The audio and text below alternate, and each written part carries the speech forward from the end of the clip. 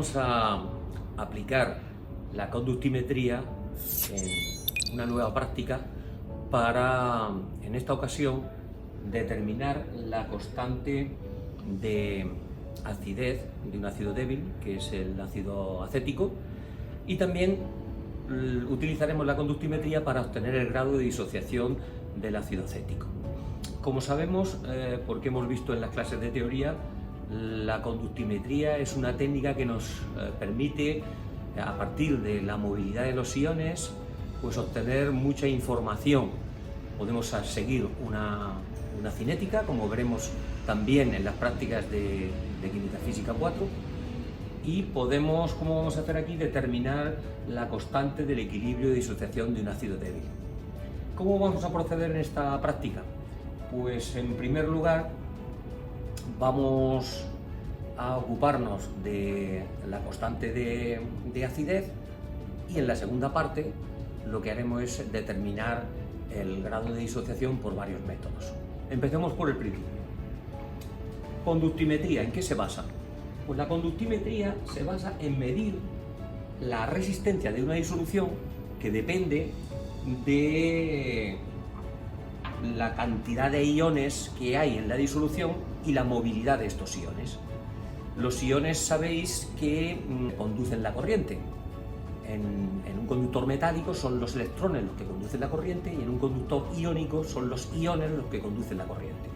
Pues cuanto mayor movilidad tienen esos iones y mayor es el número de iones que hay en la disolución, pues mayor va a ser la conductividad y por tanto más pequeña va a ser la resistencia.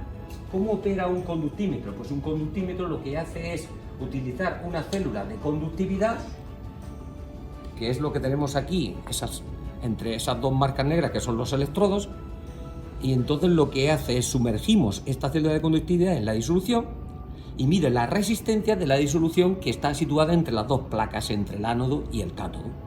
A mayor resistencia, menor conductividad.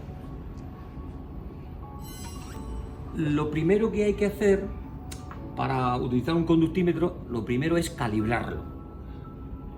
¿Cómo se calibra? Pues normalmente el fabricante proporciona unas disoluciones de cloruro potásico de concentración conocida, que se han medido de manera muy precisa las conductividades. Con esos valores que nos proporciona el fabricante del aparato, podemos hacer una recta de calibrado que nos permite obtener la constante de la célula, que depende de la geometría de la célula de conductividad. Esto normalmente, cuando venimos a las prácticas, ya se ha hecho en los días previos ese calibrado por parte de los técnicos del laboratorio del departamento, con lo cual esa constante de la célula ya está introducida en el aparato, de manera que, aunque lo que mide es la resistencia de la disolución, lo que nos proporciona en pantalla directamente es el valor de conductividad específica, que se expresa normalmente, cuando son valores muy bajos, en microsiemens por centímetro, que son los valores que vamos a manejar aquí. Una vez que ya tenemos calibrado el aparato, procede, por ejemplo, medir la calidad del agua que estamos utilizando. La conductividad del agua sabemos que es baja, pero no es nula, porque el agua está formado por iones en un pequeño grado de disociación de la molécula de agua, pero también por aquellas impurezas que tenga el agua. Utilizamos siempre todo lo más limpio posible. Tenemos el vasito con el agua destilada. Previamente tenemos que tener la célula bien limpia. Esta célula ha tenido que ser supuestamente bien lavada, bien limpia. Tiene unos orificios lateralmente que permite, con el frasco lavador, terminar de aclararla, en este caso con agua destilada, que es lo que vamos a utilizar para medir. Y una vez que hemos hecho la limpieza, pues procedemos a introducir la célula de conductividad en el matraz de precipitados con suficiente cantidad para que cubra toda la célula y sin llegar a tocar el fondo, cerquita del fondo. Entonces, en este caso, como tenemos agua pura, pues en realidad no haría falta agitar, porque no va a haber un problema de concentración si está suficientemente limpia. ¿Cómo se procede a medir en estático? Es decir, solo es una medida, no estamos haciendo una cinética. Pues encendemos el aparato en el botón de encendido que tiene y lo único que tenemos que hacer es presionar la tecla EC y esperar hasta que la pantalla se estabilice. Cuando la pantalla se estabilice deja de parpadear y la medida es constante y corresponde al agua, que en este caso hemos visto que es 1,89 microsiemens. El agua que utilizamos aquí en esta práctica, que obtenemos de desionización en el laboratorio, pues tiene una calidad bastante buena y normalmente está entre 1 y 2 microsiemens por centímetro, que es una muy buena calidad de agua. Es importante que anotemos este valor porque se lo vamos a restar a las medidas que hagamos de las disoluciones de ácido acético. Procedemos a continuación a preparar las disoluciones para llevar a cabo las medidas de conductividad de las diferentes concentraciones de ácido acético. En primer lugar, como indica el guión de la práctica, preparamos una disolución de ácido acético 0,1 molar en un matraz aforado de 250 mililitros. Esta es la disolución madre que vamos a utilizar para preparar las 6 disoluciones que vamos a medir su conductividad.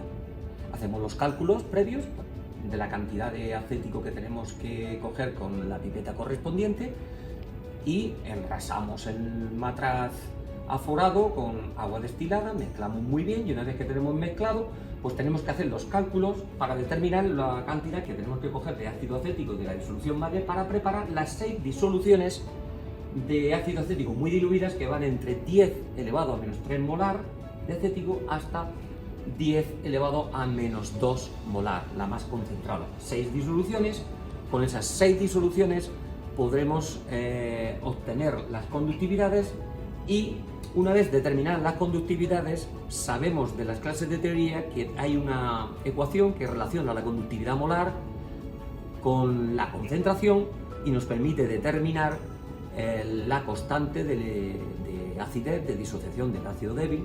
Además, también nos permitiría obtener la conductividad molar límite a dilución infinita. Una vez que hemos medido la conductividad del agua, procedemos a ir midiendo la conductividad de las distintas disoluciones de ácido acético, comenzando por la más diluida hasta la más concentrada. De esa manera cometemos el mínimo error al ir pasando de una disolución a la siguiente y solo tenemos que tapar la célula con un poquito de la propia disolución a medir. Por tanto, imaginemos que es esta, cojamos una al azar, que hay que empezar siempre por la más diluida.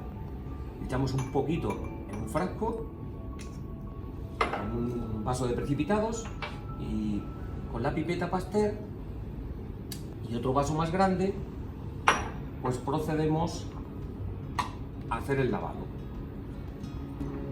Cogemos con la pipeta Pasteur y le echamos unas cuantas pipetas por los orificios, por unos orificios que tienen laterales.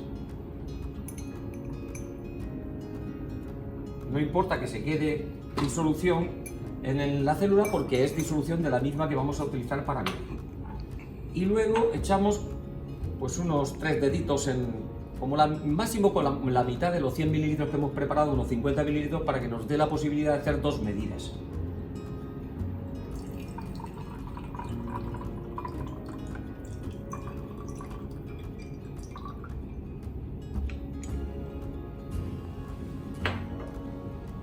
Para facilitar que se homogeneice la disolución en el interior de la célula de conductividad, puede ser interesante utilizar agitación magnética. Entonces cogemos el núcleo magnético, lo metemos en la disolución a medir, introducimos la célula de conductividad presionando el botón que hay aquí arriba para bajarla hasta dejarla cerca del núcleo pero sin que entre en contacto y que esté más o menos sumergida,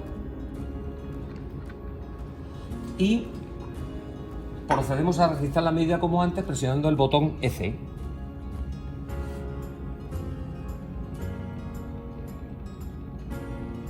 Vemos que al iniciar la medida el núcleo magnético se pone en marcha y cuando ya se estabiliza la medida pues entonces para de girar el núcleo. Observar que en la pantalla ha salido el valor que tenemos que anotar, que en este caso es 299 microsiemens por centímetro.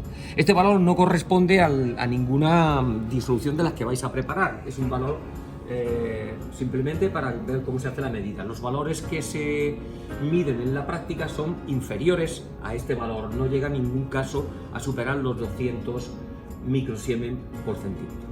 Siguiente paso pues sería, volvemos a sacar la célula, sacamos el núcleo magnético